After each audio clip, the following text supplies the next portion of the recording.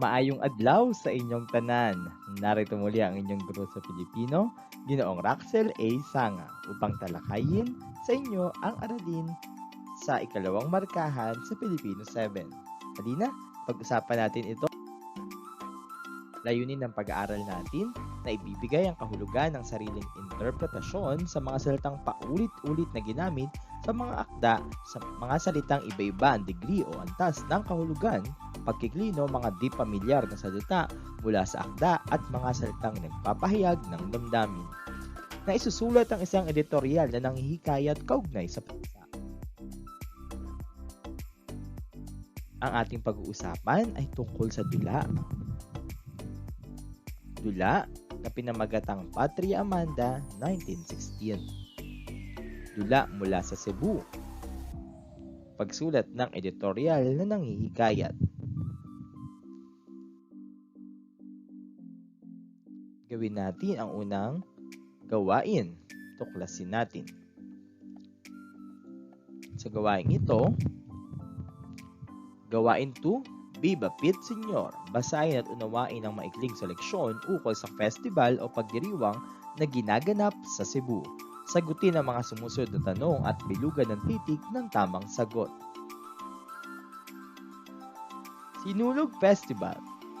Viva Pit Senyor! Sinasabing ang sinulog ay ipinagdiriwang na ng mga sinaunang Cebuano bago pa man dumating ang mga Kastila sa Pilipinas. Anito ang gamit sa pagsayaw ng ating mga ninuno noon. Ngunit noong 1521 nung dumating ang Cebu, sa Cebu ang Portuges na si Ferdinand Magellan, sinalubong siya ni Raha Humabon kasama ang asawa nitong si Reina Juana. Dito nagsimula at nagkaroon ng binyagang Kristyanismo. Ibinigay ni Ferdinand Magellan sa Reina ang batang Jesus na si Senyor Santo Niño bilang simbolo ng pinagtutubong alyansya ng Espanya sa Pilipinas. Dito nagsimula ang paglaganap ng Kristyanismo sa bansa. Ipinagdiriwang taon-taon sa pangatlong linggo ng Enero ang kapistahan ni Senyor Santo Niño at ang Sinulog Festival bilang pagbibigay pugay sa mapanghimalang imahe. Ang salitang sinulog ay nagmula sa Cebuanong pang-abay na sulog na nangangahulugan tulad ng agos ng tubig, na inilalarawan ang urong sulong na sayaw sa saliw ng tambol sa sinulog na ginagawa noon sa sinaunang pagdiriwang at parada sa ilog ng Mactan. Ang makulay na kasuotan at marangyang parada palagi ang pumapasok sa isipan ng marami. Paglipas ng taon, hindi na lamang sayaw ang ipinapakita dahil naging bahagi na rin ng pagdiriwang ang mga parada ng mga float, higantes at iba pang pakulo. Naging pangunahing atraksyon na rin ng turismo ang sinulog na dinadayo ng mga turista, lokal man o dayo. Ang mga tanong: sino ang Portuges na dumating sa Pilipinas na nagpalaganap ng binyagang Kristyanismo? A. Ferdinand Magellan, B. Santo Niño, C. Raha Humabon, o D. Reina Juana. Isulat sa inyong notebook ang kasagutan. Ang tamang sagot ay Ferdinand Magellan.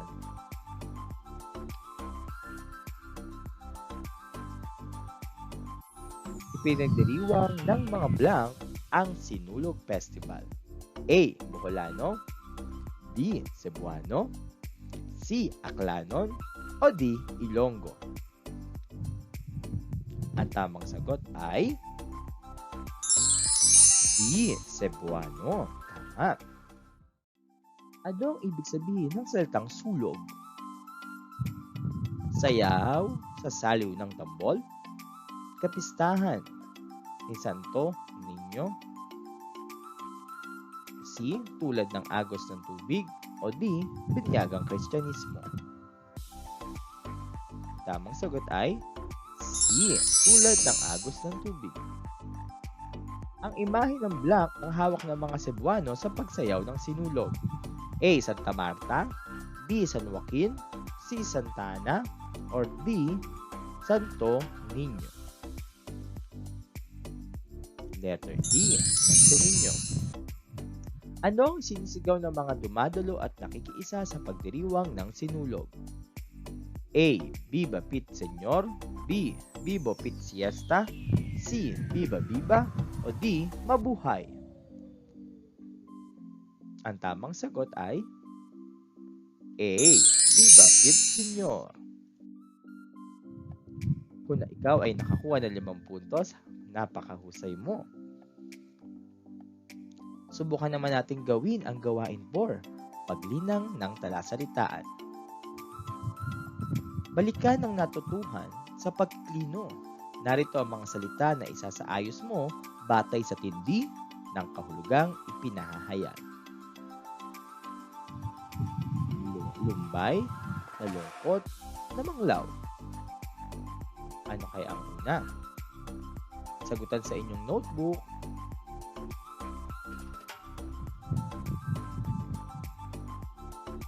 Tama, ang unang salita ay nalumbay. Pangalawa, nalungkot. At pangatlo, namanglaw. Pangalawang bilang, paghihirap, pagdurusa, pagtitiis. Sagutan sa inyong mga notebook.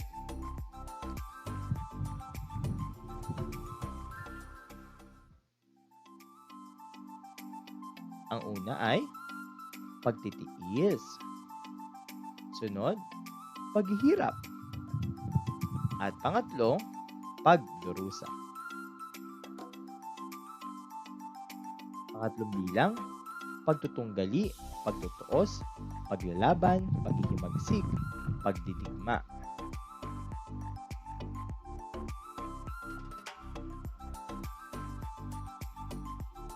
Sagutan sa inyong notebook.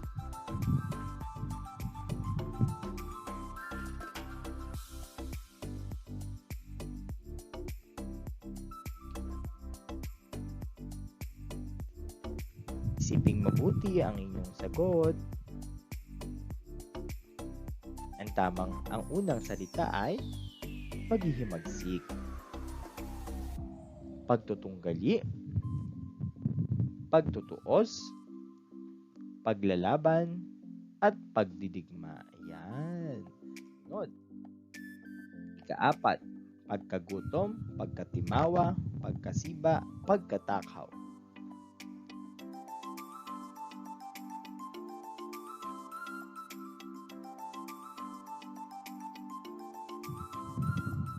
Sulat ang sagot sa notebook. Tama, ang una ay pagkagutom.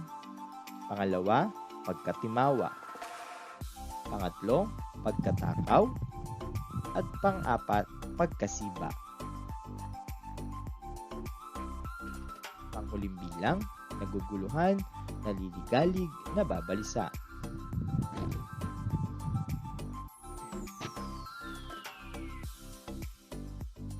Ang una ay naguguluhan, nababalisa, naliligalig.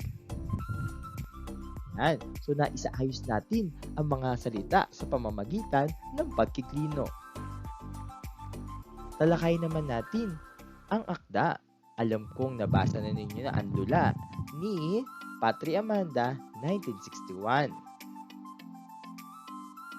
Dahil ito ay binigay ng takdang aralin sa inyo ng inyong guro. Ayon kay Pat, ano ang dahilan ng kanyang pagkaligalig sa unang tagpo? Tama, madamay ang kanyang tatay at kapatid sa kaguluhan sa Maynila. Ito ang dahilan kung bakit hindi mapakali si Pat sa unang tagpo dahil inaalala niya ang nangyayaring himagsikan sa Maynila na kung saan naroon ang kanyang tatay at kapatid. Pangalawang tanong, ano-ano ba ang nangyayari sa Maynila? Ayon sa dula, nabanggit na nga natin. Tama ka, ang himagsikan laban sa pamahalaan ng Kastila. Kaya naman lubos ang pangamba nitong si Pat sa kanyang tatay at kapatid na baka madamay ito sa nangyayaring kaguluhan sa Kamaynilaan. Ang kaganapan sa dula ay nagaganap sa totoong at kasalukuyang panahon? Sa palagay mo, sa mga napapanood mo at naririnig mo sa radyo? Tama, napakarami nating naririnig na balita na marami pa ring mga tao sa panahon ngayon ang nagrarally, sumasalungat sa ginagawa ng pamahalaan para sa ating bayan. Gayunpaman, iba-iba ang pangangatwiran ng tao para dito. Ikaw, nasa iyong paniniwala ang iyong katwiran sa tanong na ito. Tanong, sa anong bahagi ng pahayagan natin matatagpuan ang mga katulad ng komento na iyong naisip at ibinigay tungkol sa napapanong issue ng bayan? Oops, balikan natin ang bahagi ng dyaryo o ng pahayagan. Saan ba natin nakikita ang mga komento, ang mga ideya tungkol sa mga isyong panlipunan na kinakaharap ng ating bansa? Tama ka, sa editorial. O kilala natin o mas alam din natin na ang tawag natin dito ay Pangulong Tudling. Ito ang halimbawa ng editorial na matatagpuan sa isang dyaryo. Ano nga ba ang editorial o Pangulong Tudling? Ang isang mapanuring pagkukuro ng patnugot ng pahayagan sa napapanahong pangyayari sa paligid upang makapagbigay kaalaman, makaaliw, magbigay puri at makapanghikayat sa mga mambabasa. Maaaring gamitin ang mga pang-ugnay na nanghihikayat. Kailangan naman maging mapanghikayat ang isang editorial upang mapapaniwala nito ang mga mambabasa sa kanyang pinangangatwiran ng ideolohiya o paniniwala o pananaw. Pang-ugnay na ginagamit sa panghikayat. Paano nga ba o ano nga ba ang ginagamit nating mga pang-ugnay upang ang editorial na ating gagawin ay maging mapanghikayat? Ang pang-ugnay ay ang mga salitang nagpapakita ng relasyon ng dalawang ideya o pangungusap o parirala. Sa madaling salita, para itong isang tulay na nagdudugtong sa isang pangungusap papunta sa isang pangungusap. Upang magtugma ito, gumagamit ng pang-ugnay. Ito ay mga pangatnig, pangukol at pangangkop. Ginagamit rin ito sa panghikayat sa anumang pakay o nais tangkilikin ng isang taong nagsasalita na maaaring isang produkto, pagpapakilala sa isang lugar o pook, aktibidad na nakalilibang. Ang mga halimbawa nito ay mga salitang totoo, tunay, talaga, sadya, pero, ngunit, at marami pang iba. Tama ang salitang sadyang. Yan ang salita nagpapakita ng panghikayat. Sunod. Karamihan sa mga pagdiriwang ng mga Pilipino ay tunay na nagbumula sa kultura at tradisyon ng ating mga ninuno. Anong salita nagpapakita ng panghikayat? Tumpak ang salitang tunay. Ito, ayan. Husay. Kaapat na bilang. Talagang nakalilibang ang pag-iikot-ikot sa magagandang tanawin sa Kabisayaan, lalo na sa mga makasaysayang lugar nito. Ano ang salitang nagpapakita ng panghikayat o pang-ugnay? Tama ang salitang talagang. Okay. Yan. So, natutukoy na natin kung ano nga ba ang mga salitang naghuhudyat ng panghikayat. Kaya naman sa performance task number 6, sumulat ng isang editorial. Maaari kayong tumingin ng halimbawa sa inyong module, mayroon diyang halimbawa, o maaari din naman tumingin sa mga online newspaper or mismong mga pahayagan na nailimbag. Narito ang sitwasyon. Magkakaroon ng iyong paaralan ng paligsahan sa pagsulat ng balitang editorial.